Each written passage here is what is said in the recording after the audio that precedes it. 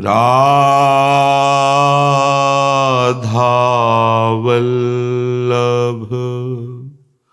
श्री हरिवंश राधावल्लभ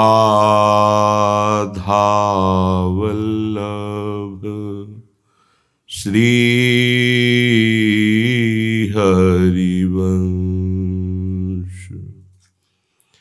वृंदावनेश्वरी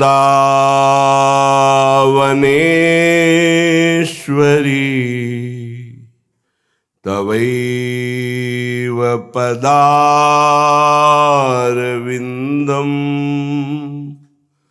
प्रेमामृतैकमकरन्द रसौघपूर्णम्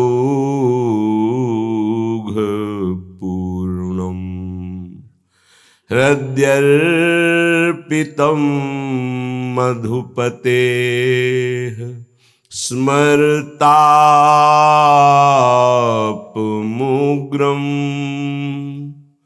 निर्वापयत् परमशीतलमाश्रयामि परमशीतलमाश्रयामि।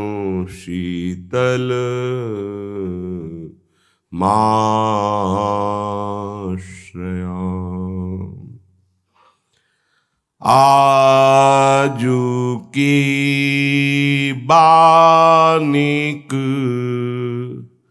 प्यारे तेरी प्यारी तुम्हारी बरनी न जाए छवि प्यारे तेरी प्यारी तुम्हारी बरनी न जाए छवि बरनी न जाए छवि। इनकी श्यामता तुम्हारी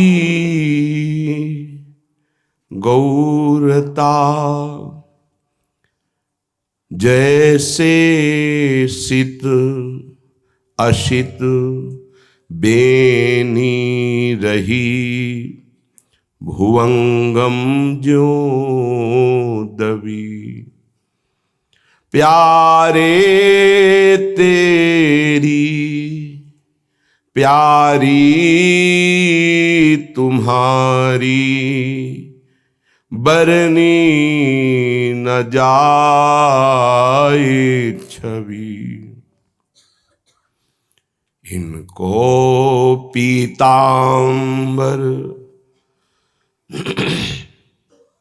तुम्हारो नील निचोल ज्यों शशि कुंदन जेब रवि श्री हरिदास के स्वामी श्यामा श्यामा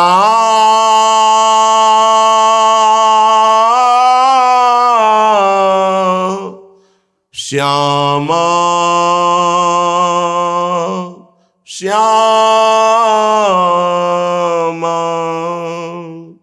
श्री हरिदास के स्वामी श्यामा कुंज बिहारी की शोभा बरनी न जाए जो मिले रसिक कोटि कवि श्यामा कुंज बिहारी की छवि बरनी न जाए जो मिले रसिक कोटि कवि। आज की बानिक प्यारे तेरी प्यारी तुम्हारी बरनी न जाए छवि, इनकी श्यामता तुम्हारी गौरता, जैसे सित असित बेनी रही, भुवंगम ज्यों दबी। सर्वोपरि महामाधुर्य रस ये किसी साधना से प्राप्त नहीं होता, प्रिया प्रीतम की कृपा से प्राप्त होता है। प्रिया प्रीतम की हेतु की कृपा से रसिक महापुरुषों का सानिध्य, उसी सानिध्य से हृदय द्रवित होता है। दोनों देखे हैं। प्रणव वेदांत का पूर्ण ज्ञान प्रकाशित करने वाला करुणा और मैत्री दोनों का अपहरण कर लेता है, जो हृदय को बहुत ही वज्रवत कठोर बनाता है। कहीं कोई ममता, कोई आसक्ति, हृदय की कोई द्रवण क्रिया सवाल नहीं उठता। और वृंदावन नित्य विहार रस का जो मंत्र है तो हृदय को इतना द्रवित कर देता, पिघला घूमता है, कोई समझ ही नहीं सकता। उस हृदय के प्यार को कोई नहीं समझ सकता, प्यार ही प्यार। इसलिए श्रीपाद कह रहे हैं, अपरतः पुरुषार्थ चतुष्टय, भगवतो भजनं च भवेद्वहु, ध्रुवमिदन्तु विना वृषभानुजा वनमहो, नमहोज्ज्वलं भक्तयः। अय उपासक, ये मेरी हृदय की अनुभव की बात सुन लो। धर्म अर्थ काम मोक्ष, ये चार महान पुरुषार्थ शास्त्रों में वर्णन किए गए हैं। तुम अन्य अन्य साधना करके अन्य अन्य स्थानों में इनकी सिद्धि प्राप्त कर सकते हो। धर्म अर्थ काम मोक्ष, भगवान का बहुत प्रकार से भजन होता है, वो भी सिद्ध कर सकते हो, माना।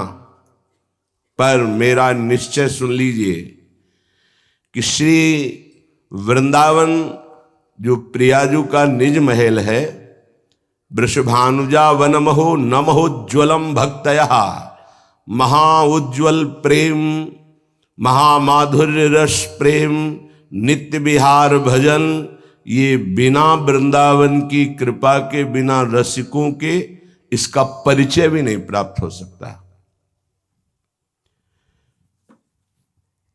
ये अगर प्रमाण मांगा जाए तो प्रमाण नहीं दिया जा सकता, क्योंकि ये हृदय का विषय है।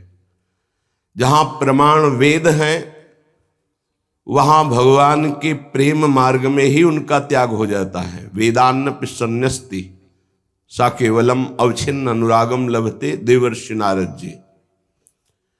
जहां स्वरूप बोध की बात आती है, वहां भी वेद से पूर्णता का अनुभव करके त्याग हो जाता है। त्रिगुण्य विषया वेदा निस्त्रिगुण्य भवार्जुन। फिर ये महामाधुर्य रस का प्रमाण कौन दे? अगर कोई प्रमाण मांगे तो प्रेम का प्रमाण केवल प्रेम ही है, दूसरा कोई प्रमाण नहीं है। इसीलिए जब तक वृंदावन के रसिकों का कृपा प्रसाद नहीं मिलता, तब तक ये राधा चरणारविंद की शरणागति और प्रीति का परिचय कहीं नहीं मिलता। इसलिए श्रीपाद कह रहे हैं, आप प्राप्त कर सकते हैं साधना तपस्या आदि के द्वारा धर्म अर्थ काम मोक्ष।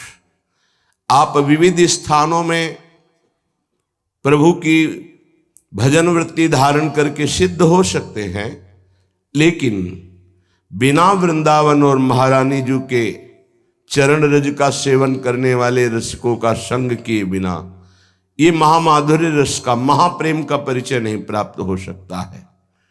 अहह जन्म सहस्त्र समेधितैर्बहु तपो जप योग समाधिभिः असुलभ लभतेप्यधि राधिकावनमये नमे दप्यः शिरः। तुम्हारे हजारों जन्म व्यतीत हो जाए, जितेंद्रिय होकर तपस्या करते हुए, बड़े बड़े मंत्रों का अनुष्ठान करते हुए, योग एवं समाधि आदि ये सब कर सकते हैं, श्रीपाद कह रहे।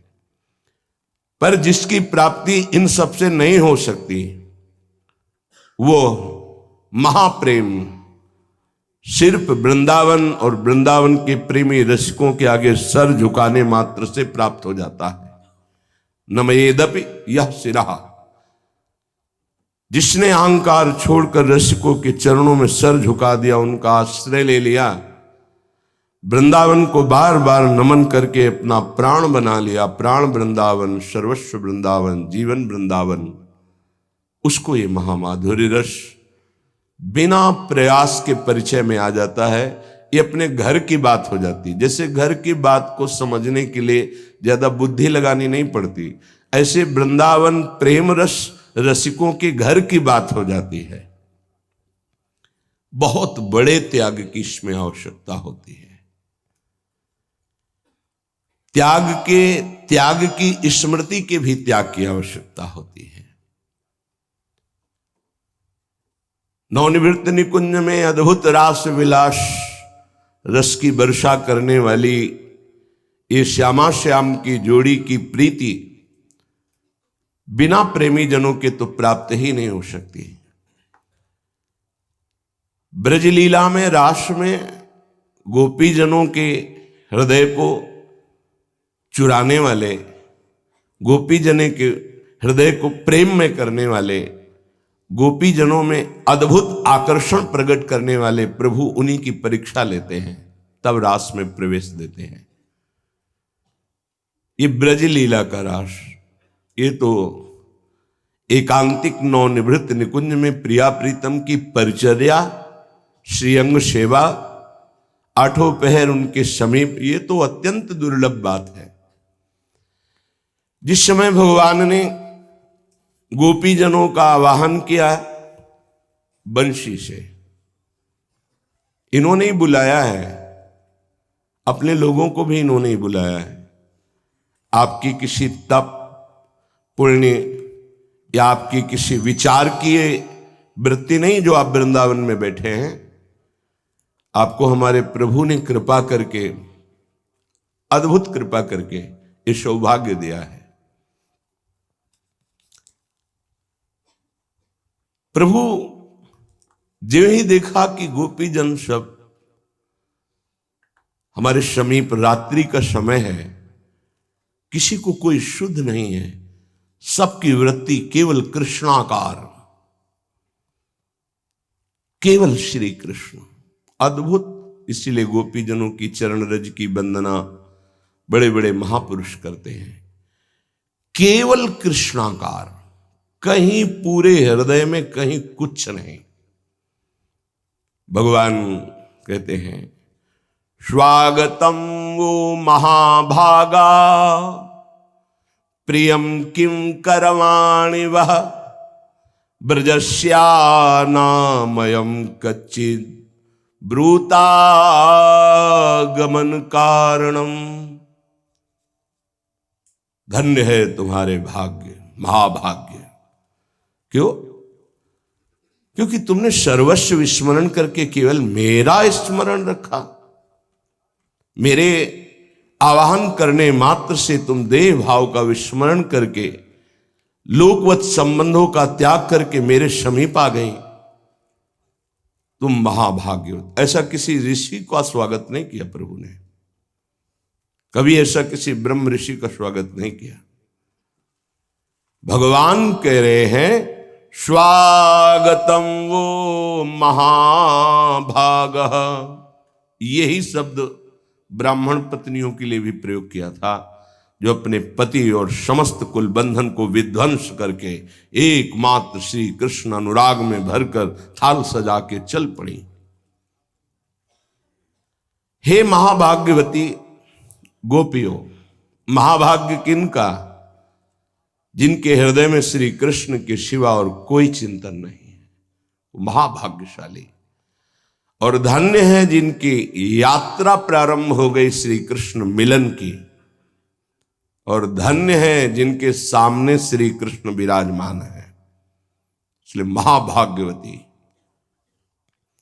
बताओ प्रियम किम करवाणे वह, आप क्या प्रिय करूं?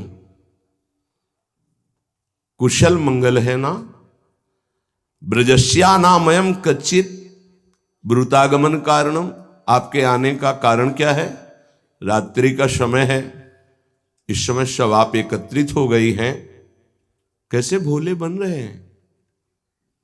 पहले घसीटते हैं, आकर्षण करते हैं चित्त का, फिर पूछते हैं ब्रूतागमन कारण, तुम्हारे आने का कारण क्या है? सब ठीक है, कुशल मंगल है?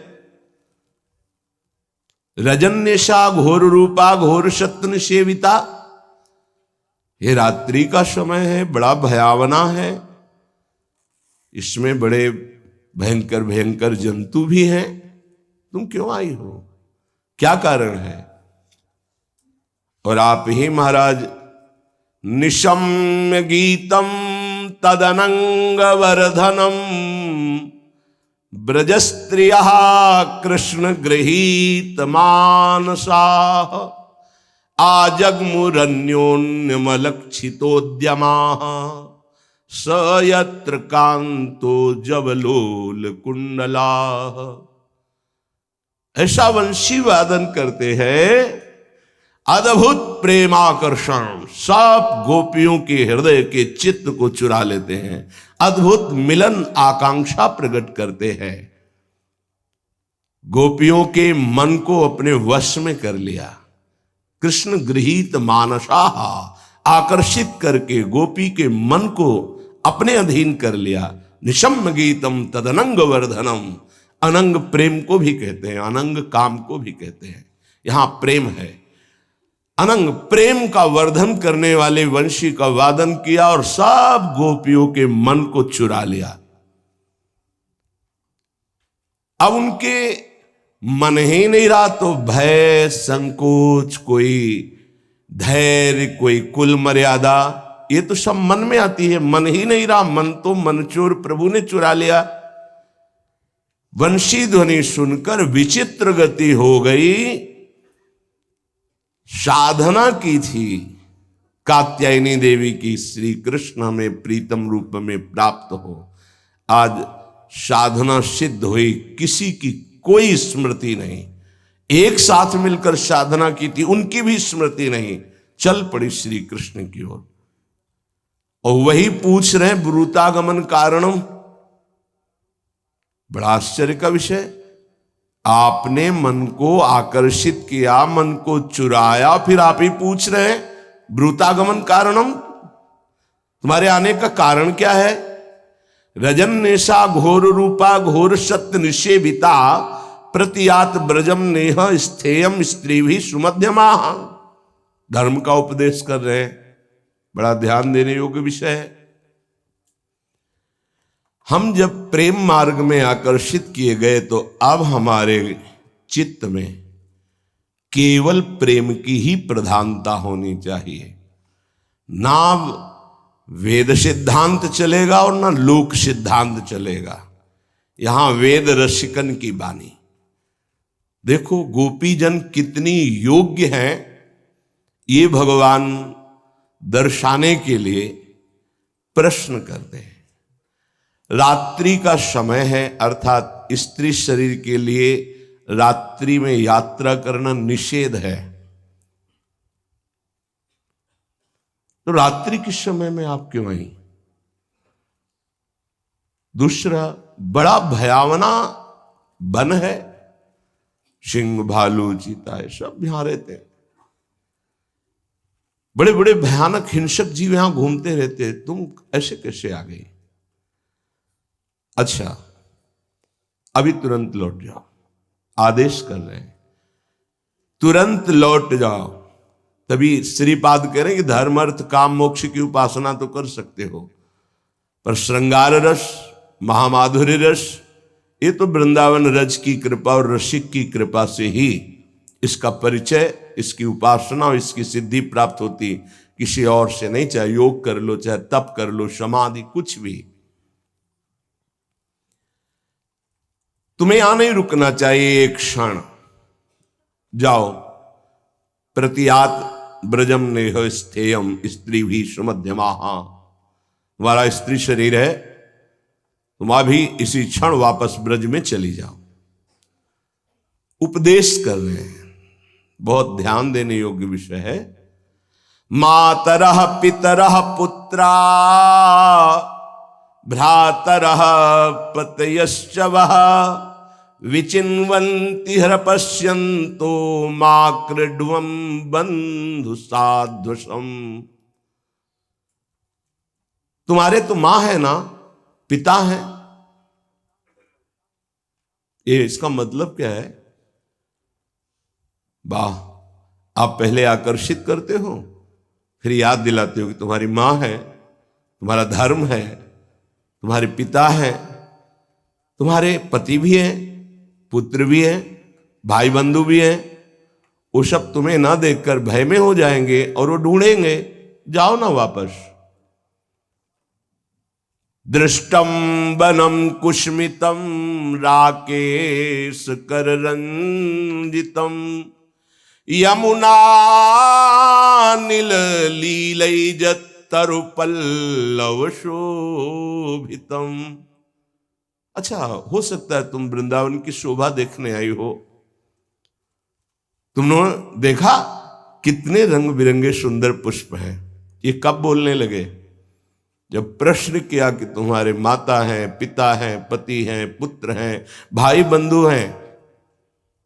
एक कदम पीछे नहीं हिली गोपीजन। वही प्रेम भरी दृष्टि और प्रणय कोप से भवें चढ़ती चली जा रही हैं। पहले चित्त का अपहरण करते हो, फिर धर्म का उपदेश करते हो। ये क्या तुम्हारा स्वरूप है? पहले हमारे मन को चुरा लेते हो, फिर उपदेश करते। तुम्हारे मां है, तुम्हारे पिता है, तुम्हारे भाई हैं, तुम्हारे बंधु हैं। प्रभु बदले। अच्छा, तुम वृंदावन की शोभा देखने आई होगी। है ही इतना सुंदर वृंदावन। तुम लोगों ने रंग बिरंगे पुष्पों से लदे हुए ये लताएं वृक्षों को देखा, कितने सुंदर है। मानो अपने हाथों से चित्रकारी की गई हो, पूर्ण चंद्रमा की कोमल रश्मियों से। कितनी सुंदर छिटक चांदनी, और इस चांदनी में कितने सुंदर सुंदर पुष्प के गुच्छे रंग बिरंगे। कितनी सुंदर शोभा है। यमुना जी का जल स्पर्श करके शीतल मंद सुगंध वायु बह रही है। देखो कैसे कैसे सुंदर हरित पत्ते हैं वृंदावन की लताओं के। अच्छा, अब सब कुछ देख लिया, अब जाओ वापस चली जाओ।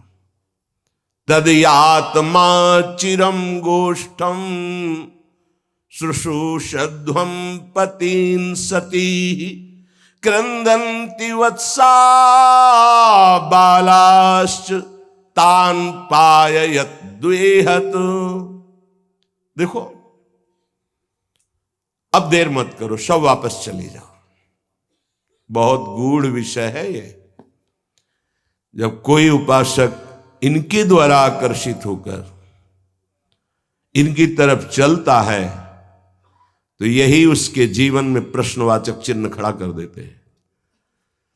तुम्हारा ये कर्तव्य, तुम्हारा ये कर्तव्य, तुम्हारा ये धर्म, तुम्हारे नहीं मानना। सर्वधर्मान परित्यज्य मामेकम शरणम व्रज। उसी की परीक्षा हो रही।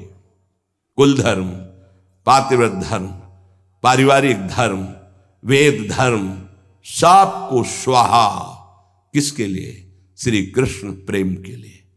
ये बहुत बहुत जोर का ये विषय है। यही खींचते हैं और यही प्रश्न करते हैं। जाओ, अब मेरी बात मानो, तुम लोगों ने सब कुछ देख लिया, देर मत करो, शीघ्र से शीघ्र अपने घर लौट जाओ। और ध्यान दो, तुम कुलीन स्त्री हो, कोई ऐसी नहीं हो, तुम पतिव्रता हो, तुम सती हो। अपने पातिव्रत धर्म का पालन करो। पतियों की सेवा शुश्रूषा करना ही स्त्री का परम धर्म है। देखो, जाओ वापस, कदम पीछे नहीं गोपीजनों के, वही दृष्टि, वही प्रण। अच्छा, छोटे छोटे बच्चे हैं, तुम्हारी ममता होगी बच्चों में, जाओ। देखो, बछड़े रमा रहे हैं गाय के, थोड़ी समय बाद प्रातःकालीन वेला आएगी, तुम गौएं धोना, तुम अभी जाओ। कोई ना तो बोल रही है और ना गोपी के पीछे कदम मुड़ रहे हैं। वही दृष्टि चंद्र चकोर की भांति, लालजू के मुख चंद्र की चकोर बनी हुई अनंत गोपियों के नेत्र एक टक लगे हुए हैं। अच्छा, अथवा मदभिस्नेहात् भवत्यो यंत्रिता सया आगता हुर्पन्नम वह प्रियंते मई जनतवः। अच्छा, तो तुम मेरे प्रेम परवश होकर आई हो? ओहो, ये तो कोई अनुचित बात नहीं है, ये तो तुम्हारे ही योग्य है। एक भी प्रश्न का उत्तर नहीं, एक भी कदम पीछे नहीं, तो अब कह रहे हैं सरकार। अच्छा, तो तुम मेरे प्रेम वश आई हो, ये तुम्हारे योग्य है, अर्थात तुम अपने अधिकार के अनुसार प्रेम कर रहे हो, क्योंकि तुम्हारा अधिकार वेदातीत है, लोकातीत है। वैसे तो बताऊं, मुझे तो जगत के पशु पक्षी भी प्रेम करते हैं, कोई ऐसा नहीं जो मुझे देखकर अपार प्रसन्नता में न डूब जाए। अच्छा, ठीक है, देख लिया ना मुझे। भर्तु शुश्रूषणम स्त्रीणाम परो धर्मो रमायया तद्बंधूनाम च कल्याण्यः प्रजानाम चानुपोषणम। तो अब तुम जाओ और देखो, धर्म यही कहता है, परम धर्म स्त्रियों का, वो अपने पतियों से प्यार करें। तुम सती हो, तुम जाओ निष्कपट भाव से अपने पति की सेवा करो और अपने संतान का पालन पोषण करो, यही धर्म है तुम्हारा। जिनको उत्तम लोकों की प्राप्ति की अभिलाषा हो, वो अपने पति पे अनुराग करें। दुश्शीलो दुर्भगो वृद्धो जड़ो रोग्य धनो पिवा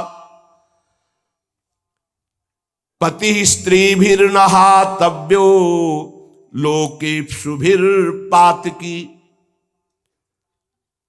जो हत्यारा है, नीच प्रवृत्ति वाला, धर्म विरुद्ध हिंसा करता रहता है, ऐसे पति का तो त्याग कर देना चाहिए।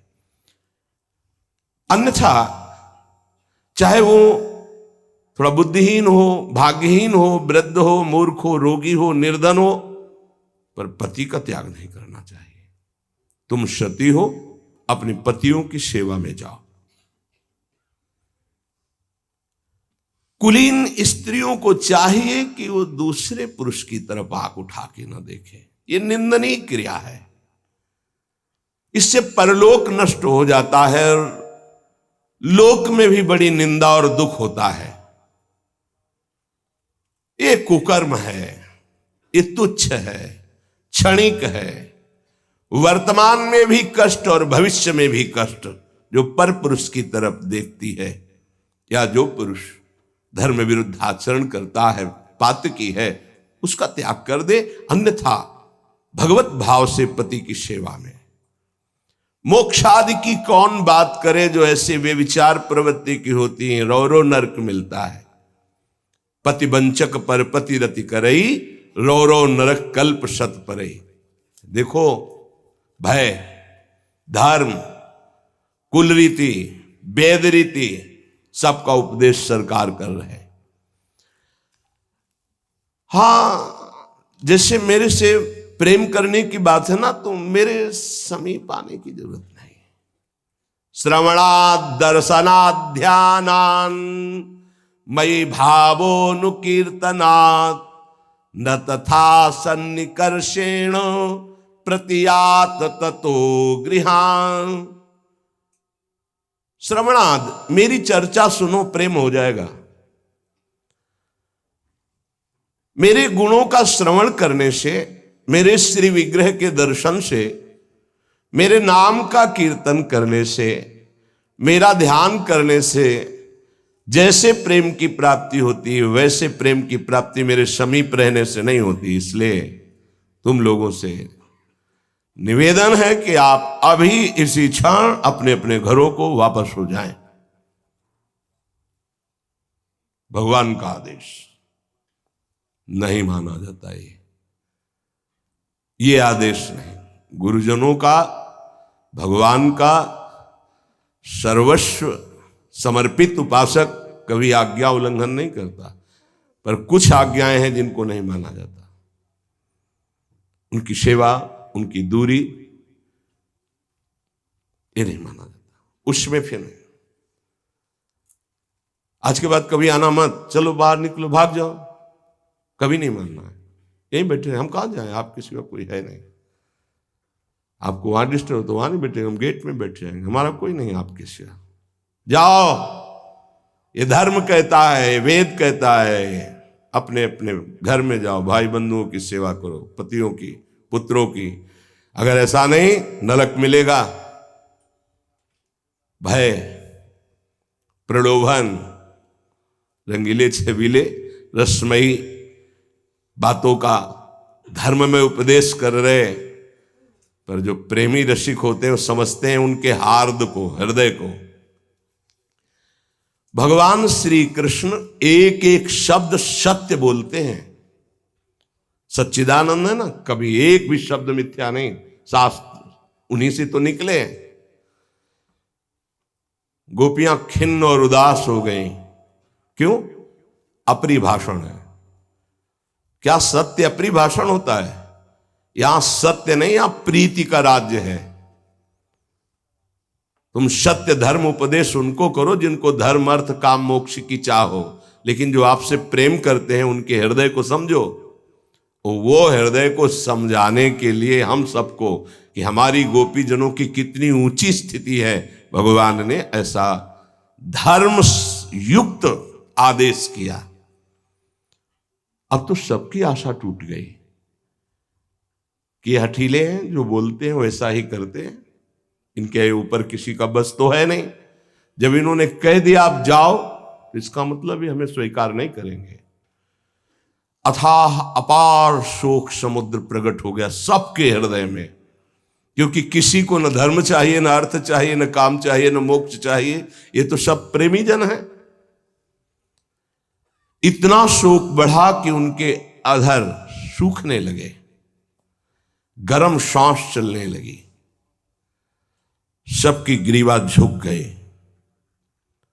पैर के नखों से धरती कुरुदने लगी, सबके नेत्रों से महान विरह के अश्रु प्रकट हो गए, वक्षास्थल के वस्त्र अश्रु से भींगने लगे। इतना दुख हुआ, कोई बोल नहीं सके, सबकी गर्म सांस चल रही। कुछ क्षण तो सब शांत खड़ी रही। क्यों ऐसी दशा क्यों हो गई? क्योंकि अपने प्यारे श्री कृष्ण के लिए समस्त कामनाओं का त्याग करके एकमात्र श्री कृष्ण का वर्ण किया है। आहा, प्रेष्ठम प्रिय तरमिउ प्रतिभासमाणम कृष्णम तदर्थ विनिवर्तित सर्व कामा। बहुत बड़ी पदवी है ये, बहुत उच्च कोटि की स्थिति है। कृष्णम तदर्थ विनिवर्तित सर्व कामा, श्री कृष्ण के लिए सब कुछ त्याग दिया है। कोई कामना गोपी के हृदय में नहीं, न लोक की न परलोक की, धर्म अर्थ काम मोक्ष किसी की नहीं। नेत्रे ब्रह्मजरुदितोपहते स्म किंचित संरंभ गद गद गिरो ब्रुवतानुरक्ता। आंखों से आंसुओं की धार चल रही है, गला अवरुद्ध हो गया, बोलने की हिम्मत नहीं रह गई। धैर्य धारण किया कि अब चुप रहने से काम नहीं चलेगा। आंखों के आंसू पोछे, हिम्मत की और प्रणय कोप में गदगद वाणी से कहने लगी, प्यारे ये उपदेश किसको कर रहे हो? मैवं विभोर्हति भवान गदितुम न संसम।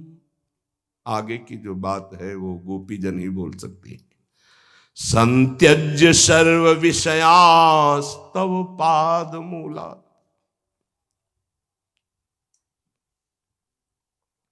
आपके लिए हमने सब कुछ त्याग दिया।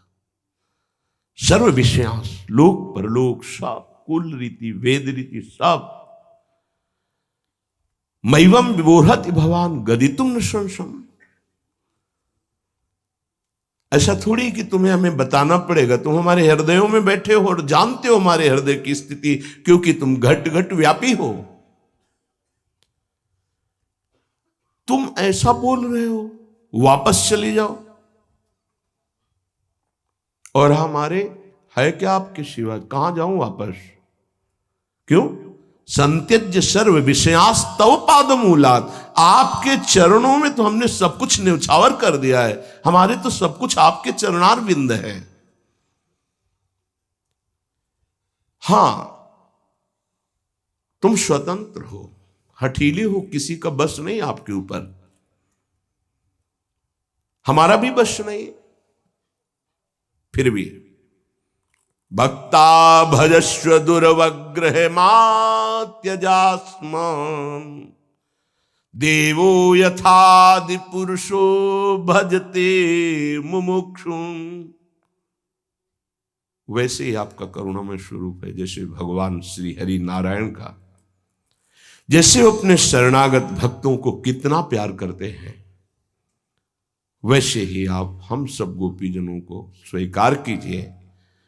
हमारा त्याग मत कीजिए। श्याम सुंदर, हम आपकी शरण में हैं। आप तो लोक धर्म और वेद धर्म का वर्णन करते हैं, क्या इतना ही धर्म है? आप सब धर्मों को जानने वाले, अर्थात प्रेम धर्म को भी जानते हैं। यत्पत्य पत्य सुहृदा मनुवृत्ति रंग स्त्रीणाम स्वधर्म इति धर्म विदा त्वयोक्तम अस्त्वेवमेतदुपदेश पदे त्वयि से प्रेष्ठो भवास्तनुभृताम किल बंधुरात्मा। अब एक एक प्रश्न का उत्तर ले लीजिए। आपने कहा कि अपने पति पुत्र भाई बंधुओं की सेवा करना इस शास्त्र में लिखा है, स्त्रियों का परम धर्म है। अक्षरशः ठीक कहा आपने, परंतु इस उपदेश का तात्पर्य आप ही हैं, क्योंकि आप सबकी आत्मा है, मैं जानती हूं। इस ढांचे के अंदर केवल आप ही हैं। अगर आप ना रहे तो कौन पति, कौन पुत्र, कौन क्या?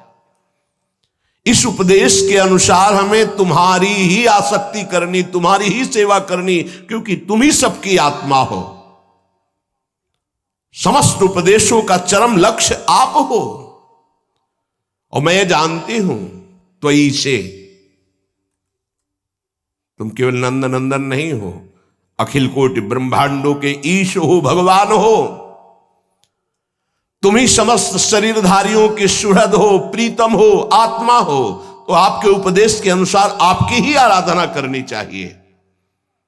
कुर्वन्ति ही त्वयि रतिम कुशला स्वात्मन नित्य प्रिय पतिसुताधिविरार्ति दैहिकीं तन्नः प्रसीद परमेश्वर मास्म छिंद्या आशां भृतां त्वयि चिरादरविंद नेत्र। प्रभु, आप साक्षात प्रभु हो, भगवान हो, हृदय की बात जानते हो। जितने ज्ञानी पुरुष हैं, जो निपुण हैं, वो केवल आपसे ही प्रेम करते हैं। जो आत्माराम महापुरुष हैं, वो जानते हैं कि आप कौन हैं, इसलिए वो आपसे ही प्रेम करते हैं, क्योंकि तुम नित्य प्रिय अपनी आत्मा हो।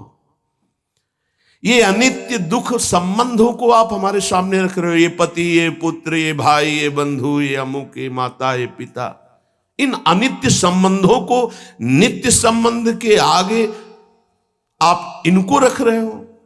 अरे ये अनित्य हैं, नाशमान हैं। ये न पहले थे न बाद में रहेंगे, बीच में दिखाई दे रहे हैं।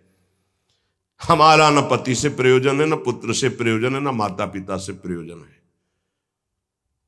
ये स्थिति है रस में प्रवेश करने की। मैं जानती हूं आप परम ईश्वर हैं, परमेश्वर हैं, इसलिए तन्नः प्रसीद परमेश्वर मास्म छिंद्या।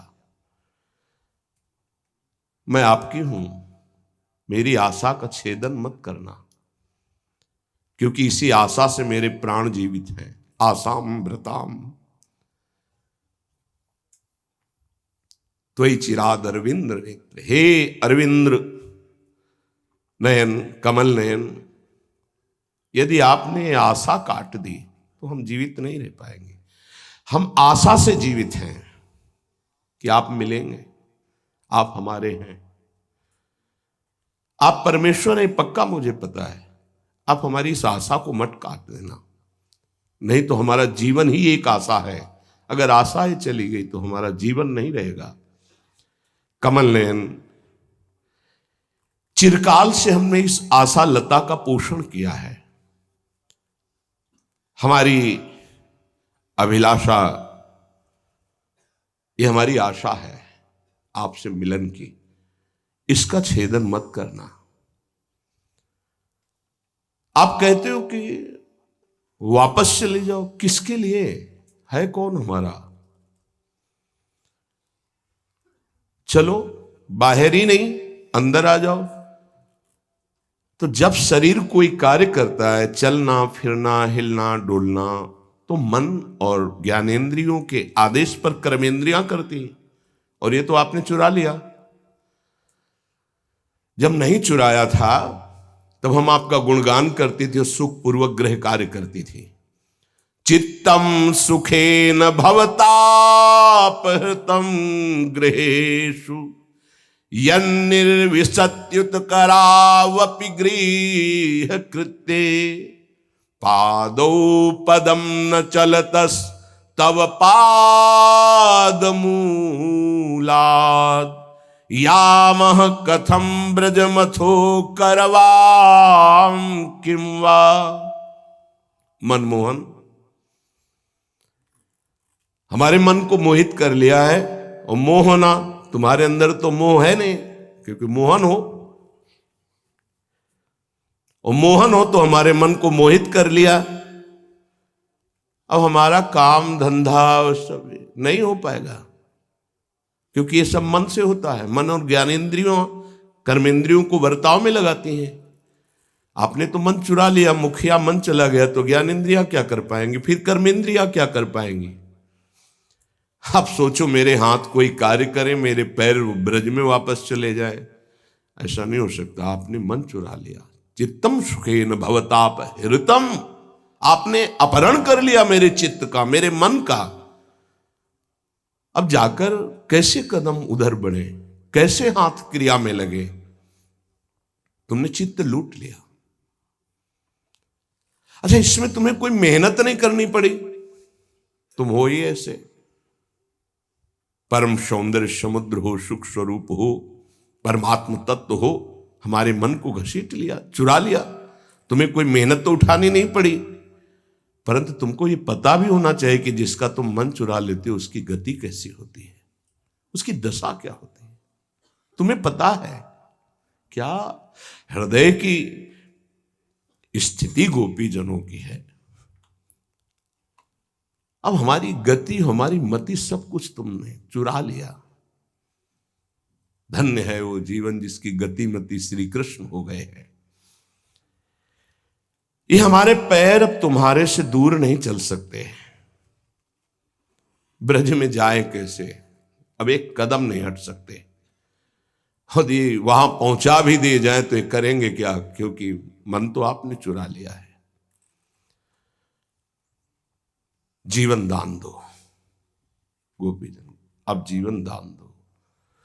सिंचांगनस्त्वधरामृतपूरकेण हासावलोक कलगीत जक्षयाग्निं नो चेद्वयं विरहजाग्न्युपयुक्त देहा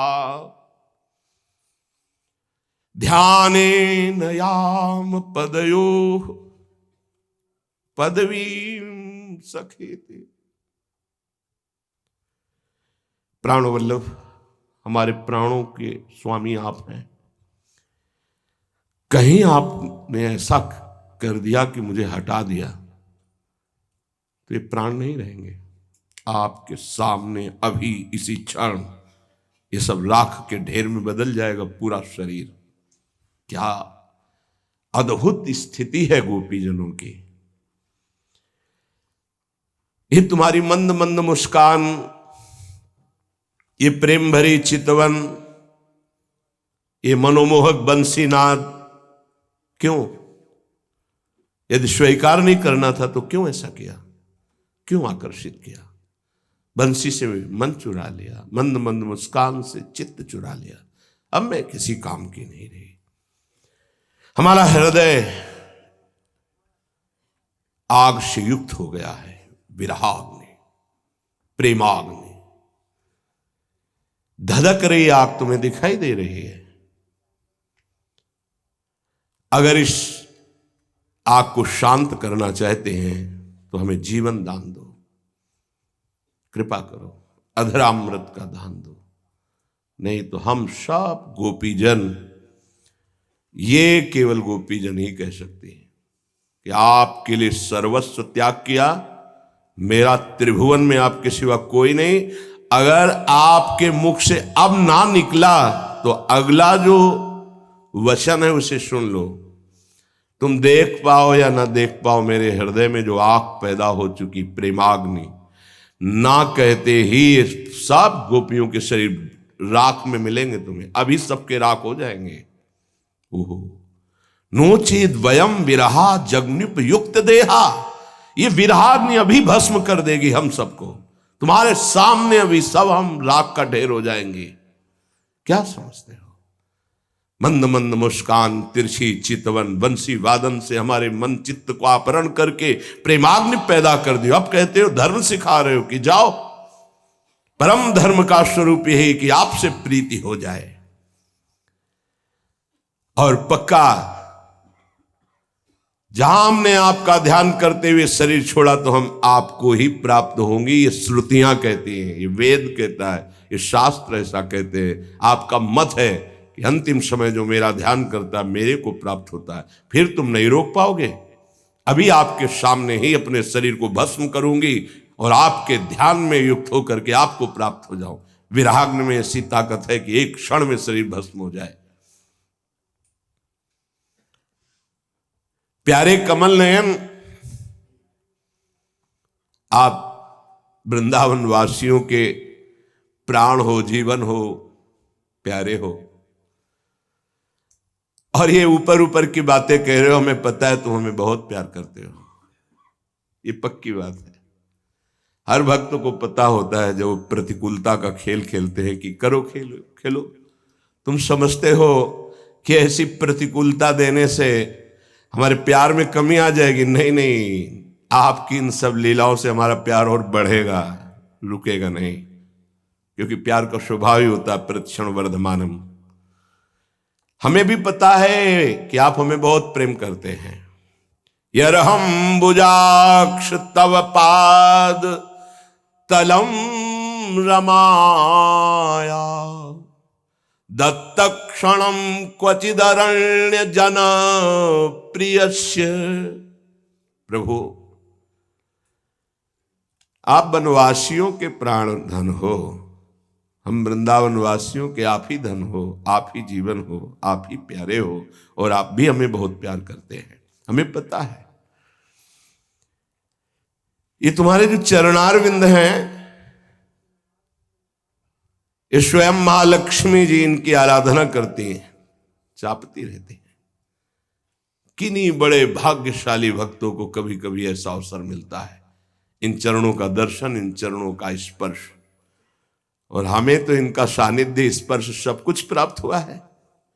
और मुझे जिस दिन से सौभाग्य मिला है, जिस दिन से हमने इनका दर्शन स्पर्श प्राप्त किया, अद्भुत आनंद, उसी दिन से हम भिक्षुकी हैं, किसी की नहीं है, न पति की, न पुत्र की, न परिवार की, न धर्म की, न कुल की, न वेद की, केवल श्री कृष्ण की हूं।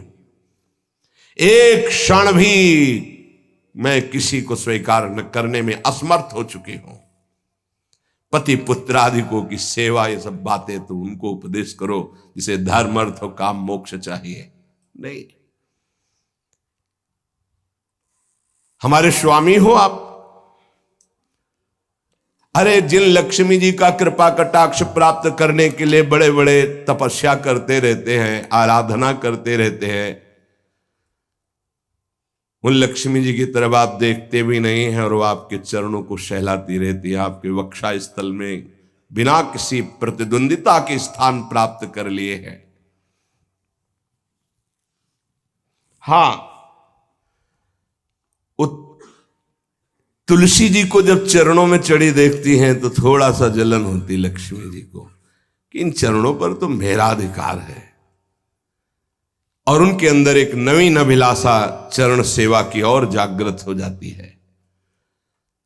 अब तक इन चरणों का जिसने आश्रय लिया उनको कभी दूर नहीं किया गया है, ये प्रमाण है। और उन्हीं चरणों का हम भी आश्रय ले रहे हो, हमको दूर करने की बात कही जा रही है, ऐसा कैसे हो सकता है? एक बार जिसे स्वीकार कर लिया, आज तक प्रमाण कहीं नहीं मिला कि वो भ्रष्ट हो गया, वो नष्ट हो गया। एक बार जिसे प्रभु ने स्वीकार कर लिया, नामे भक्ता प्रणश्यति। फिर मुझे क्यों कहा जा रहा है कि आप वापस लौट जाओ? आज तक साक्षी है शास्त्र, जिसने भी आपके चरण कमलों की शरण ली उसके सारे कष्ट आपने मिटा दिए। क्या हम आपकी शरणागत नहीं? हम पर भी कृपा करो, अपनी कृपा प्रसाद का भाजन बनाओ। तन्नः प्रसीद व्रजिनार्दन ते घ्रिमूलम प्राप्ता विसज्य वसति स्वदुपासनासा त्वत्सुंदर स्मित निरीक्षण तीव्र काम तप्तात्मनां पुरुष भूषण देहि दास्यम। हे पुरुष भूषण, आज तक जिसने तुम्हारे चरणों की आराधना की, आश्रय वृत्ति ली, आपने कभी छोड़ा नहीं। हम पर कृपा करो। हमने आपके लिए, आपके चरणों के आश्रय के लिए, आपकी आराधना के लिए घर, गांव, कुटुंब, रिश्ते, संबंध और समस्त सुख, संत्यज्य सर्व विषयास तव पादमूलात्, आपके चरणों में सब कुछ छोड़ दिया। हम पर कृपा करो। अब ये मत कहो कि तुम वापस जाओ। यह अधिकार प्रस्तुत कर, ये कोई दूसरा अधिकार प्रस्तुत नहीं कर सकता। ये गोपी जन कर आपके लिए सर्वस्व त्याग दिया। प्रभु, जहां तुम भेजना चाहते हो ना, वहां आपकी आराधना का अवकाश नहीं है। मोह जाल में फंसाकर पूरा जीवन नष्ट कर देते हैं। पुरुष भूषण पुरुषोत्तम, देखो ना, तुम्हारी मधुर मुस्कान मधुर चितवन ने हमारे प्राणों पर अधिकार कर लिया है, हृदय में प्रेम आकांक्षा जगा दी है। ये आग धधक रही, रोम रोम जल रहा है। हम सब तुम्हारी चरणदासी हैं, स्वीकार करो, सेवा का अवसर प्रदान करो। प्रीतम, कितने सुंदर हो तुम। ये तुम्हारी घुंघराली अलकावली हम सबके मन को फंसा लिया। ऐसे ही है। वीक्ष्यालकाव्रत मुखम तव कुंडल श्री गंडस्थलाधर सुधम हसितावलोकम।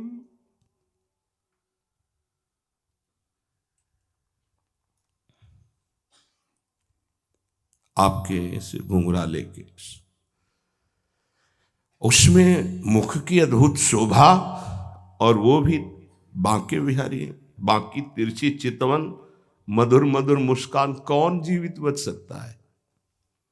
हा कृष्ण हा गोविंद ऐसे करते पूरा जीवन उनका व्यतीत होता है, जो आपकी मुस्कान से, आपकी तिरछी चितवन से घायल हो जाते हैं। कितना अहोभाग्य जिसके हृदय में इनकी मुस्कान का प्रभाव पड़ गया। वीक्ष्यालकावृत मुखम तव कुंडल श्री गंडस्थलाधर सुधम हसितावलोकम दत्ताभयम च भुजदंडयुगम विलोक्य वक्षः श्रियै करमणं च भवाम दास्यः। प्रीतम, तुम्हारे मुख कमल को देखकर, उसमें घुंघराली अलकावली, कमनी कपोल, जिस पर सुंदर सुंदर मकराकृत कुंडलों की आभा पड़ रही, नील कमल के समान कपोलों पे, और उस पर भी ये मधुर हास्य, उस पर भी अमृत को लजाने वाली मंद मंद मुस्कनियां। तुम्हारी ये मनोहारी हृदय विदारी चितवन, तुम्हारी अभय भुजदंड मूल, तुम्हारी अभय प्रदान करने वाली अजान बाहु भुजाएं, जो शरणागतों को अभय देने में समर्थ है। ये उदार आपका हृदय, विशाल वक्षा स्थल, जिसमें महालक्ष्मी का अधिकार है, श्री लांछन चिन्ह, ये सब देखकर हम बिक चुकी हैं, आपकी हो चुकी है। ये सब ऋषि हैं, वेद की ऋचाएं हैं, ये बड़े बड़े ऋषि महात्मा परमहंस हैं, जो इस सुख का रसास्वादन कर रहे हैं। कोई भी हो, मधुसूदन सरस्वती जी कहते हैं, मैं आत्मस्वरूप स्थित महापुरुष स्वराज्य सिंहासन में स्थित, मुझे इस गोपी लंपट ने जबरदस्ती दासी बना लिया। ऐसे ही लिखते हैं। ये गोपी वल्लभ ने तो लंपट शब्द का प्रयोग किया, मुझको दासी बना, जबरदस्ती बलात् दासी बना दिया। वैसे तो मैं ब्रह्मबोध संपन्न महापुरुष हूं, स्वराज सिंहासन पर स्थित, पर इसने हमारे चित्त की दशा बिगाड़ दी। अब कृष्णात् परम किमपि तत्त्वम् अहम्, ऐसे ही नहीं है, बड़े बड़े परमहंसों के चित्त पर बलात् अपना प्रेम प्रकाशित करके उनको अधीन कर ले। तो प्यारे, सब देखकर हम तुम्हारी दासी हो गई। इस लोक में है कौन ऐसा, कौन है ऐसा जो आपकी मधुर मधुर वंशी ध्वनि सुन करके अपने आपे में रह सके? ऐसे कौन है त्रिभुवन में जो आपकी सौंदर्य की झलक पाकर भी आपे में रह सके? अरे त्रिलोकी का सौंदर्य मानो मूर्तिमान होकर एक जगह विराजमान हो, ऐसा आपका रूप है। हमसे ये बात छिपी नहीं है कि जैसे भगवान नारायण अपने भक्तों की रक्षा करते हैं, वैसे ही आप हम सब ब्रजवासियों की रक्षा करने के लिए अवतरित हुए हो। मुझे पता है कि आप कौन हैं। मैं भी आपकी शरण में हूं, हमारे दुख को मिटाइए। स्पष्ट है कि आपको दीन बहुत प्यारे हैं, स्पष्ट है, इसमें कोई संशय पैदा नहीं है कि आपको प्यारा कौन है, दीन। और हमसे दीन कौन होगा जिसका आपके सिवा कोई नहीं रह गया है। इसलिए बड़ी कृपा है कि हम बड़ी दीन हो गई हैं और आपको दीन बड़े प्यारे हैं, ये स्पष्ट है। इसलिए तुम्हारे मिलन की आकांक्षा से हमारा हृदय प्रेम विरह में जल रहा है। हम सब तुम्हारी चरण दासियां हैं। अगर ये चरण हमारे वक्षा स्थल पर, हमारे सिर पर कर कमल और वक्षा स्थल पर चरण कमल विराजमान कर लो और हमें जीवन दान दो, भी ये उपदेश दूसरों को दो। परीक्षित वही भगवान है जो भगवान शंकर और शनकादि का भी शासन करते हैं। योगेश्वरों के भी ईश्वर उन गोपियों की प्रेम भरी वाणी सुनकर द्रवित हो गए। आओ सम्मिलित हो जाओ रास में। ये प्रसंग सुनाने का उद्देश्य ही है कि श्रीपाद ने कहा कि धर्म अर्थ काम मोक्ष आप कहीं भी प्राप्त कर सकते हैं, लेकिन प्रेम, विविध प्रकार से भगवान का भजन भी कर सकते हैं, लेकिन प्रेम माधुर्य ये वृंदावन रज रानी की कृपा से, रसिकों की कृपा से है। क्योंकि इसमें त्याग, सर्वत्र त्याग। ये ना समझा जाए कि प्रेम में त्याग की आवश्यकता नहीं। प्रेम में तो सबसे ज्यादा त्याग की आवश्यकता है। अपने प्रीतम के सिवा ये महान सन्यासिनी हैं गोपीजन। जो मोक्ष सन्यासी, वही प्रेम में, मोक्ष के लिए सन्यास लेना ऐसा तो बड़ा ही कठिन है, फिर भी शास्त्रों मिल जाएंगे। लेकिन जो मोक्ष सन्यासी हैं वो गोपीजन है, जो मोक्ष का भी त्याग किए हुए, त्याग की स्मृति का भी त्याग किए हुए अपने प्रीतम के लिए। इसीलिए श्रीपाद कह रहे हैं कि चाहे आप अहा जन्म सहस्त्र समेधितैर बहुत तपो जप योग समाधि भी, हजारों जन्म लगा दो तपस्या में, योग में, समाधि में, अब हमारी प्रियाजू के चरणों का प्रेम नहीं प्राप्त कर सकते। ये प्रेम कृपा से प्राप्त होता है, वृंदावन की कृपा से, वृंदावन के रसिकों का संग और इनकी कृपा से ये प्रेम। अगर ये प्रेम वृंदावन के अधीन ना होता तो प्रभु उद्धव को वृंदावन ना भेजते, वहीं प्रेमी बना देते, क्योंकि प्रेम समुद्र है श्री कृष्ण। लेकिन ऐसा एक भी प्रेम का उपदेश नहीं किया, क्योंकि प्रेम के उपदेश की भूमि भी होनी चाहिए। जाओ प्रेम गुरु गोपियों के पास जाओ और प्रेम भूमि वृंदावन में, वृंदावन की रज का सेवन करो, तब प्रेम समझ में आएगा। ऐसा ही समझ में आया उद्धव की।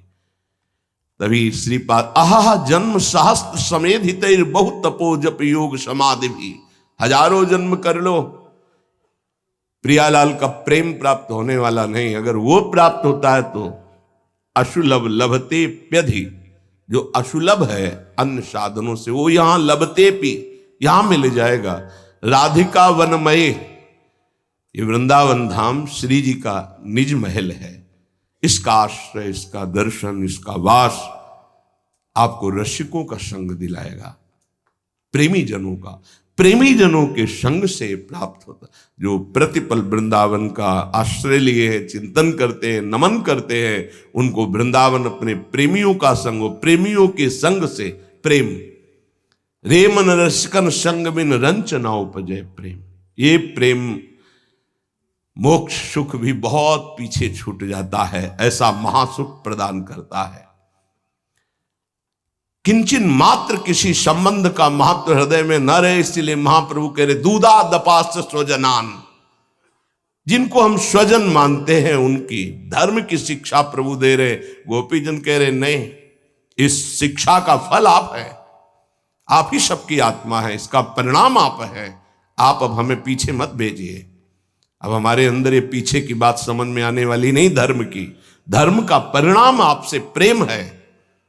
सुशब धर्म कर्म जर जाओ, जहां न राम पद पंकज भाओ। यदि आपके चरणों में प्रेम न हो, धर्म कर्म किस काम का। उपासक कामना के वशीभूत होने के कारण इस प्रेम का परिचय नहीं प्राप्त कर पाता। ना चाहते हुए भी ये काम पापाचरण करा ही देता है। अर्जुन ने प्रश्न किया था, ये कौन है जो ना चाहने पर भी बलात् जबरदस्ती पाप करा देता है? तो भगवान ने कहा, वो काम है, वो क्रोध है। ये रजोगुण से प्रकट होता है, राग से, और ये महापापी है, अर्थात महापाप कराने वाला है, महाशनो। ये कभी तृप्त नहीं होने वाला, चाहे जितना भोग लो। ना चाहने वाली बात ऊपरी है और चाहने वाली बात हृदय की है। संसार शरीरों में भोगने से सुख मिलता है, ये अंदर बैठा है, और ऊपर से हम कहते हैं कि हम नहीं चाहते थे पर ऐसा हो गया। नहीं, अगर ये बात अंदर बैठ जाए कि हमें नहीं चाहिए ये झूठे सुख, तो फिर कोई परास्त नहीं कर सकता। तो बोले जानकारी होने पर भी प्रयोग क्यों नहीं हो पाता? वस्तु, व्यक्ति, क्रिया, स्थान, इससे जो हम सुख चाहते हैं उसे काम कहते हैं। किसी शरीर से, किसी वस्तु से, किसी पद से। इस काम में शब्द तो एक है पर इसके दोष अनंत हैं। शब्द है काम, और अनंत पापाचरण कराने की इसमें सामर्थ्य है। काम में इसमें अनंत विकार भरे हुए हैं। जब तक मनुष्य के भीतर ये बात बनी रहती है कि शरीर भोग से, वस्तु भोग से, पद भोग से हम सुखी हो जाएंगे, तो ये काम पाप ही कराता रहता है। निर्दोष, निर्विकार, निष्पाप होने के लिए इस काम का मर्दन करना आवश्यक है। सहने से ये नष्ट हो जाते हैं। शास्त्र निषिद्ध कर्म ये काम ही कराता, प्रारब्ध नहीं कराता। प्रारब्ध से शास्त्र निषिद्ध कर्म जो किए उनका फल आता है सुख दुख। अगर शास्त्र प्रतिपादित है तो सुख आएगा, शास्त्र विरुद्ध है तो दुख आएगा। लेकिन ये जो हमसे पाप करा रहा है, कोई प्रारब्ध नहीं करा रहा, कोई काल नहीं करा रहा, कोई ईश्वर नहीं करा रहा। काले कर्म ईश्वरे मिथ्या दोष लगाए, ये हमारी चाहत करा रही, अंदर बैठी है। शरीर के भोगों से सुख मिलता है, ये अंदर घुस के बैठ गया है, और यही हमसे पाप करा रहा है। तो जब जानकारी हो गई तो फिर पाप क्यों हो रहे हैं? जब जानकारी हो गई कि ये काम पाप करा रहा है, तो हम इस जानकारी का प्रयोग क्यों नहीं कर पा रहे हैं? तो बोले धूमे नाव्रियते वह्निर यथा दर्शो मलेन च यथोल्बेनावृतो गर्भस तथा तेने दमावृतम। ये ज्ञान ढक गया है हमारा, जो ढका हुआ ज्ञान, ये प्रकाशित, ये काम में नहीं आएगा। जैसे 3 उदाहरण दिए। भगवान कह रहे धुएं से अग्नि ढक गई, मैल से दर्पण ढक गया, और झिल्ली से गर्भ ढक गया।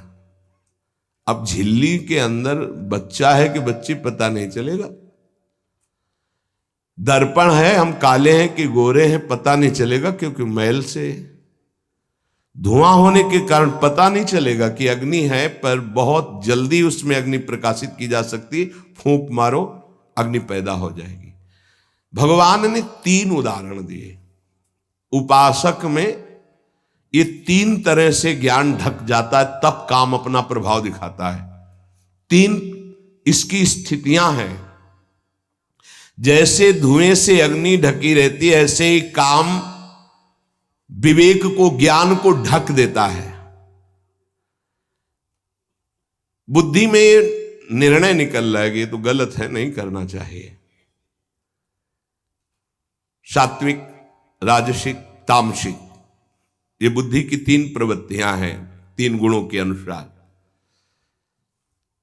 कर्तव्य अकर्तव्य का ठीक ठीक निर्णय करने में समर्थ है सात्विक बुद्धि। राजसिक बुद्धि ठीक निर्णय नहीं कर पाती, असमर्थ होती है कर्तव्य का। और तामसिक उल्टा ही निर्णय करती है। ठीक निर्णय करने की सामर्थ्य सात्विक बुद्धि में है। अब जेव ही भोग इच्छा प्रकट हुई, धुआं पैदा हो गया। भोगूं कि ना भोगूं, पाप तो नहीं बन जाएगा। धुआं है, इसका मतलब अग्नि है, ज्ञान है उसके अंदर। अब अगर उस समय उसको सत्संग मिल जाए, कोई संत की बात चलने लगे, उसका चिंतन वो रोक पावे, तो मानो फूंक मारना है। जैसे धुआं उठ रहा है, 1 2 3 फूंक मारो, आग लग गई, प्रज्वलित हो गया, बच गया। ये पहला बहुत सरल है, बच जाना काम से। धुआं हो जाने पर दिखाई नहीं देता क्या है, क्या ठीक है क्या नहीं ठीक है। पर फूंक मारो तो आग उठी, धुआं खत्म हुआ। ये ज्ञान हो रहा है, बीच बीच में जलन हो रही कि भोगूं कि ना भोगूं, अच्छा है कि नहीं अच्छा है, कहीं पाप तो नहीं हो जाएगा, कहीं गलती तो नहीं हो जाएगी। पर वो धुआं है, नहीं भोग लेते हैं, अवसर मिला है, समय मिला है, भोग ले। ये उस समय उसको चाहिए, तत्काल कोई सहयोगी चाहिए विवेक का। परमार्थिक मार्ग में धुआं पैदा कर देगी। साधक अगर सावधान हुआ तो तत्काल प्रयासरत हो जाता है इस धुएं को हटाने के लिए। फूंक मारने का मतलब कीर्तन शुरू हो गया, वो सत्संग शुरू हो गया, किसी संत के पास तत्काल बैठ गया, उसकी वाणी सुनने लगा, वो धुआं खत्म हुआ। फूंक लगी, आग जली, धुआं खत्म, ठीक निर्णय हो गया। नहीं नहीं, ऐसा नहीं करना। उत्पत्ति विनाशशील जड़ वस्तुओं में प्रियता, महत्ता, सुंदरता, सुखद रूपता, ये काम पहले पैदा करता है। ये सत्य है, इसमें सुख मिलेगा, इसमें बहुत सुख मिलेगा। अब ये धुआं बढ़ता चला जा रहा है, कैसे सुख मिलेगा? लाखों लोग भोग रहे हैं, कैसे सुख? कैसे तुम मुझे बावरा बना सकते हो? नहीं नहीं, गलत है। ये है धुआं को हटाना, फूंकना। अरे अन्य शरीरों की अपेक्षा है मनुष्य शरीर सर्वश्रेष्ठ है, इसमें विवेक है। हम कैसे ऐसा पशुवत आचरण कर सकते? नहीं, अरे मन नहीं, तेरी सलाह नहीं। अब वो फूंक रहा है, आग पैदा कर रहा है, ज्ञानाग्नि पैदा कर रहा है।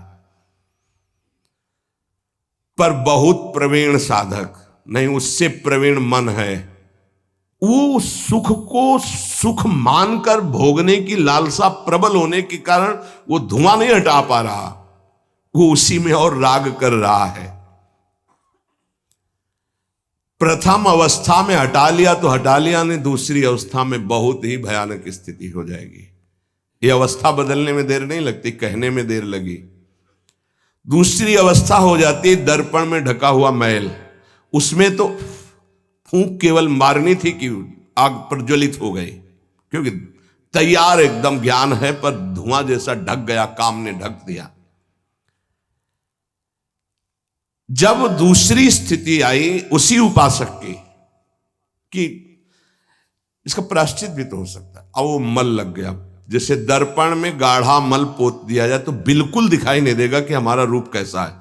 अब बिल्कुल विचार शून्य होता चला जा रहा है।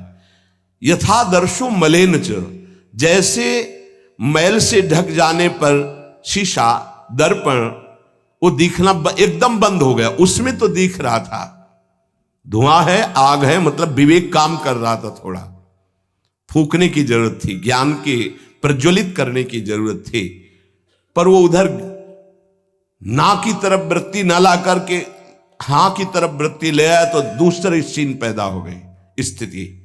जैसे दर्पण में मल ऐसे लगा दो तो बिल्कुल नहीं दिखेगा, और वो बिल्कुल निर्णय नहीं कर पा रहा। सतोगुण में निर्णय करने की क्षमता होती है, रजोगुण में निर्णय करने की क्षमता खत्म हो जाती है और निश्चित हो जाता है कि भोग में सुख है। ऐसी कामना का वेग बढ़ा तो ये भूल गया कि मैं साधक हूं, मेरा कर्तव्य क्या है, मैं अकर्तव्य करने जा रहा हूं, ये भूल गया। क्योंकि जैसे दर्पण में ढक गया तो भूल गया, दर्पण में दिखाई देता मैं कौन हूं, तो ज्ञान रूपी दर्पण ढक गया काम से, अब ये उसकी सोच ही खत्म हो गई। अंतःकरण में इतना महत्व पैदा हो गया कि विकलता हो गई उसके अंदर, अब यही उसके पतन का कारण बन गया। इतना महत्व बढ़ गया कि निर्णय करने की क्षमता खत्म हो रही है कि मैं एक साधक हूं, मैं उपासक हूं, पापाचरण नहीं करना चाहिए। ये किसी का भी हो सकता है। पहली दशा बहुत जल्दी हटा जा सकता है, फूंक मारी हट गया, आग पैदा हुई ज्ञान की, नहीं नहीं। दूसरी दशा गुंजाइश है थोड़ी, उसको ऐसे पोंछना पड़ेगा, समय लगेगा, पोंछना पड़ेगा, तब दिखाई दे, नहीं नहीं। तो दूसरे में संभलना रजोगुण, ये ठीक है, ये नहीं ठीक है, क्षमता खत्म हो चुकी। पहले में क्षमता थी, दूसरे में क्षमता खत्म हो गई। तीसरा यथोल बेना व्रतो गर्भा, तीसरा तमोगुण, वो विपरीत ही दिशा की तरफ ले जाएगा। क्षमता की तो बात जाने दो, वो सारी सामर्थ्य विपरीत है, जो होगा देखा जाएगा, चलो, वो विपरीत दिशा की तरफ ले जाएगा। दर्पण पर मैल आने से उसको हटाने की गुंजाइश है, यहां तक हटा जा सकता है, दूसरी स्थिति तक, पर दूसरी स्थिति बहुत कठिन है।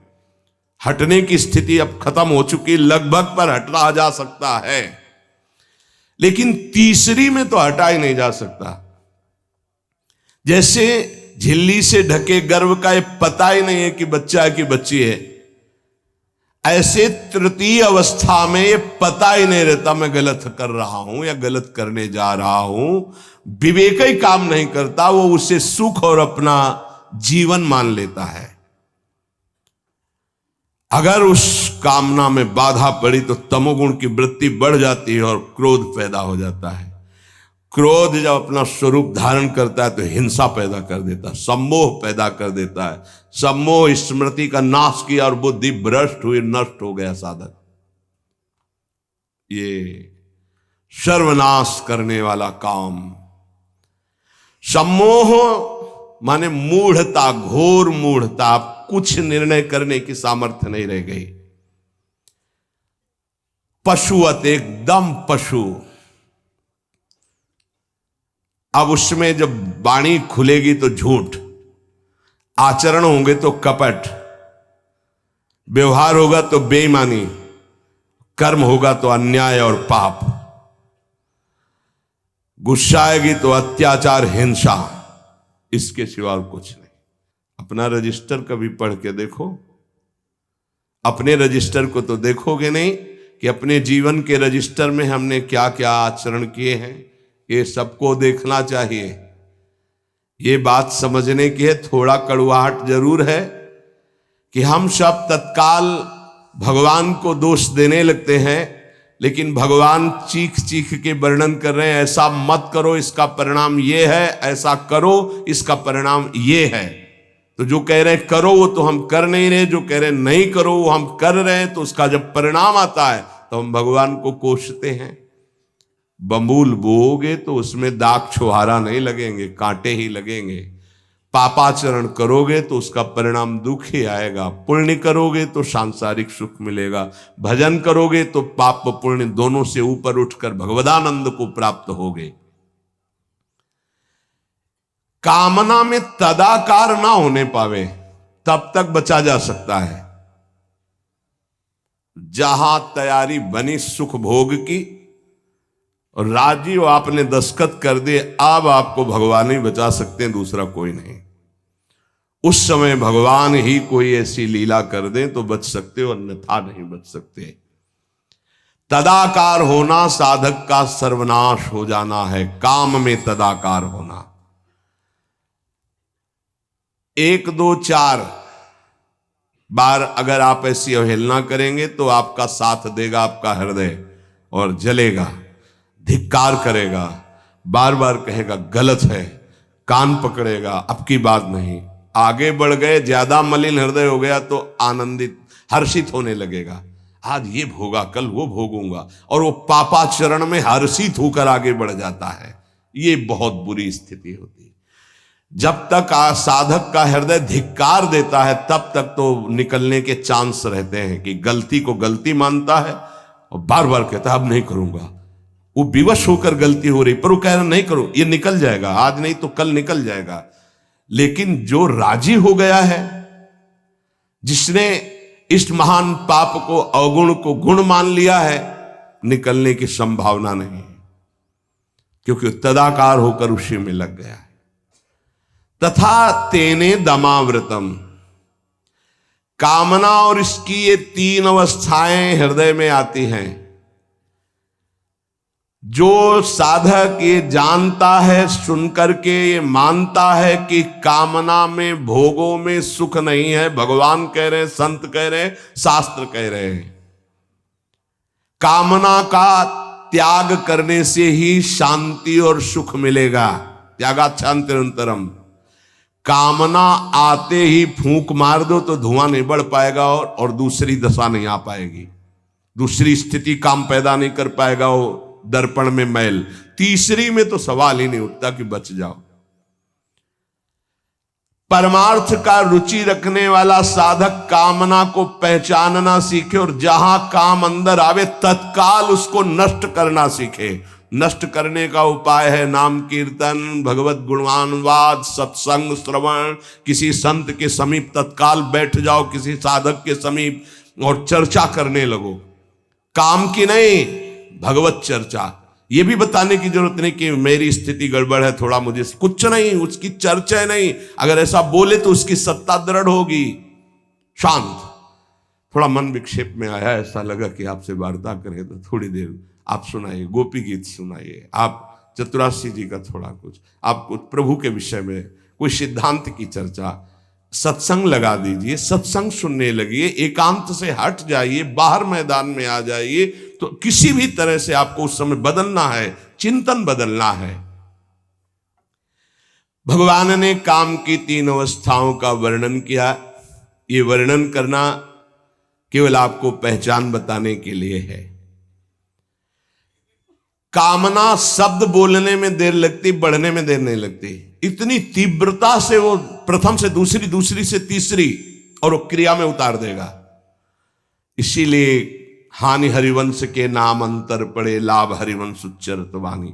नाम चल रहा है तो विवेक ठीक है, वो बचा लेगा आपको। कामना के बढ़ने में देर नहीं लगती। कामना बढ़ने पर फिर कोई विचार की गुंजाइश नहीं रह जाती, अनर्थ परंपरा चल पड़ती है। पाप, संताप, दुख, कामना, फिर ऐसा कि आप 100 बार कसम खाएंगे फिर वहीं फिसल कर खड़े हो जाएंगे। देख लीजिएगा, 1000 बार प्रतिज्ञा करेंगे, एक नहीं 1000 बार, और काम वहीं रौंद के गिरा देगा, पक्का। पहली कदम पर यदि इसे रोकना सीख गए तो बाहर निकल जाएंगे। और हरि शरणागत है तो निकलना तो पड़ेगा ही, वहां टिकने तो देंगे नहीं। हरि इतने कृपालु है, पक्का जलाकर तुम्हारे हृदय को वहां से भगाएंगे, पक्का भगाएंगे। नहीं नहीं, आज से अब नहीं, ऐसी गलती नहीं करूंगा, ऐसी गलती नहीं करूंगा, हे प्रभु क्षमा कर दो, चलो। और जहां फिर क्षमा हुआ तो फिर वो जब हृदय में उमगन आई तो फिर उधर ही की तरफ भागता है। फिर वो ऐसी दीवाल बनवाते हैं, चुनवाते हैं आसपास कि रास्ता बचेगा तो एक ही, हरि शरणम, दूसरा रास्ता नहीं। इसीलिए भगवान का आश्रय लेकर भक्ति करने वाला उपासक बहुत जल्दी विजय प्राप्त कर पाता है इन विकारों पर, अन्यथा मार के गिरा देते। बहुत बड़े विजयी योद्धा हैं, काम, क्रोध, लोभ, मोह, मद, मत्सर। हरि बचावे। वैसे कहा भी है हरि ने कि मामेवे प्रपद्यन्ते माया में ताम तरन्ति, मेरी शरण में आ जाओ तो बच जाओगे। समस्त दोषों का नाश, समूल काम का नाश, समस्त संबंध विच्छेद एकमात्र भगवान का आश्रय लेकर भजन करने से हो जाते हैं। घबराना नहीं। प्रार्थना है अपनी तरफ से, 1000 बार फिसल जाए तो 1001 बार भी हिम्मत रखें, पड़े ना रहें। आखिरी श्वास तक हम बाजी जीतने की कोशिश करेंगे, क्योंकि ये खिलाड़ी किसी और के नहीं, हरि के ही हैं।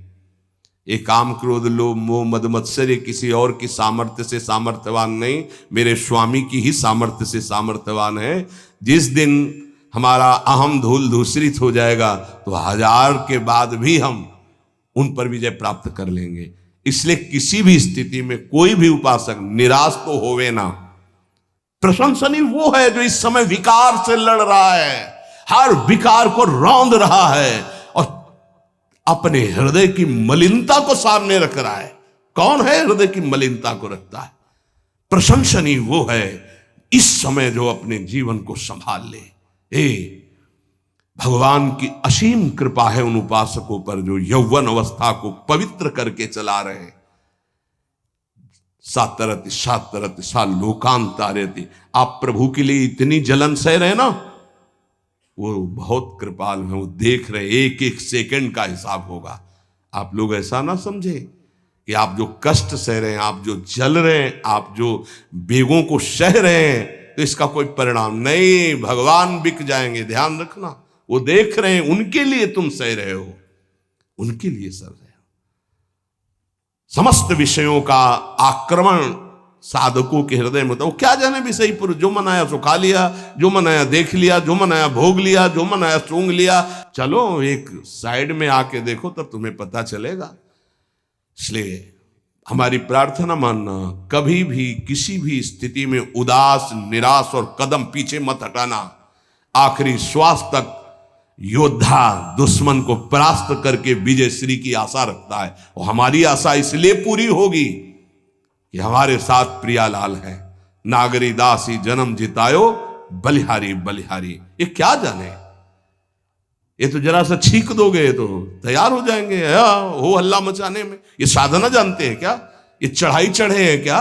कि फिसलने वाला कितना मेहनती होता है, जो चढ़ के जाना चाहता है फिसल रहा है, उसे कौन जानता है। इसीलिए बड़े बड़े महापुरुष इस बात को साधकों को प्रोत्साहन देते रहते। विषयी जी थोड़ी जानते, विषयी जी तो जरा सी बात हुई ना तो तोप बना करके, वो अपना रजिस्टर देखो पूरा काला, कभी नहीं वो देखेंगे लौट के। हाँ, एक बिंदु अगर कहीं छिट्टी आ गई है ना तो हो हल्ला मचा देंगे। साधक ऐसा, साधक है। 1000 बार परास्त होने पर भी हमारा वो उदासीपन नहीं आना चाहिए, निराश नहीं होना चाहिए। चूक गए, इस बार भी चूक गए, आगे बढ़ेंगे, रौंदेंगे हम हरि नाम के बल से।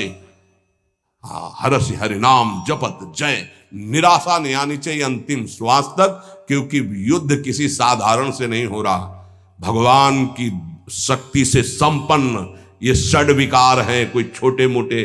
भगवान के पुत्र बने जाकर कृष्णावतार में प्रद्युम्न कौन है? कामावतार, साक्षात काम प्रद्युम्न के रूप में अवतरित हो, भगवान के पुत्र रूप में। ये भगवत शक्तियों से संपन्न है। तो भक्त के ऊपर क्यों आक्रमण करते हैं? उसके अहंकार का नाश करने के लिए, शरणागति पुष्ट करने के लिए। ये अनुभव की बात कह रहा हूं। शरणागति में जहां कच्चाई होती तो वीर योद्धा घेरते हैं आसपास, तो हमारा मन भागता है प्रभु की शरण। त्राहिमाम, तो कहते आओ, हम ही ने तो लगाया है इनको, नहीं हम ना लगाते तो तुम अहंकार से फैल जाते। आओ, सच्ची कह रहे हैं, काम क्रोध लोभ हमारे बड़े सहायक हुए। जब जब ये तीर कमान संधान किए तो भाग पड़े अपने लोग, हरीश शरणम, क्योंकि दूसरा रास्ता ही नहीं है। तो प्रणाम है इनको कि इन्होंने भगवान की शरणागति पुष्ट की, इन्होंने भगवान का आश्रय दिलाया। अगर ये जलाते नहीं तो इधर आना ही नहीं होता। और ये भगवत शक्ति से संपन्न बच सकता है तो भगवत शक्ति संपन्न ही बच सकता है, दूसरे की सामर्थ्य नहीं। 1000 बार यदि हारेंगे तो हमारे अंदर कहीं अहंकार है, इसलिए नहीं। अहंकार रहित पर इनका कहीं किसी भी तरह का प्रभाव नहीं होता। तो अहंकार रहित करने के लिए भगवान इशारा कर देते। देखो प्रश्न करके, तो क्या भगवान भ्रष्ट कराते हैं? वो कहते नामे भक्ता प्रणश्यति, किसी भी स्थिति में मेरे भक्त का नाश नहीं होता। भगवदाश्रय, नाम जप, और बहुत सावधानी पूर्वक एक एक मिनट व्यतीत किया जाए। शेष चर्चा आगे। श्री राधा वल्लभ लाल की।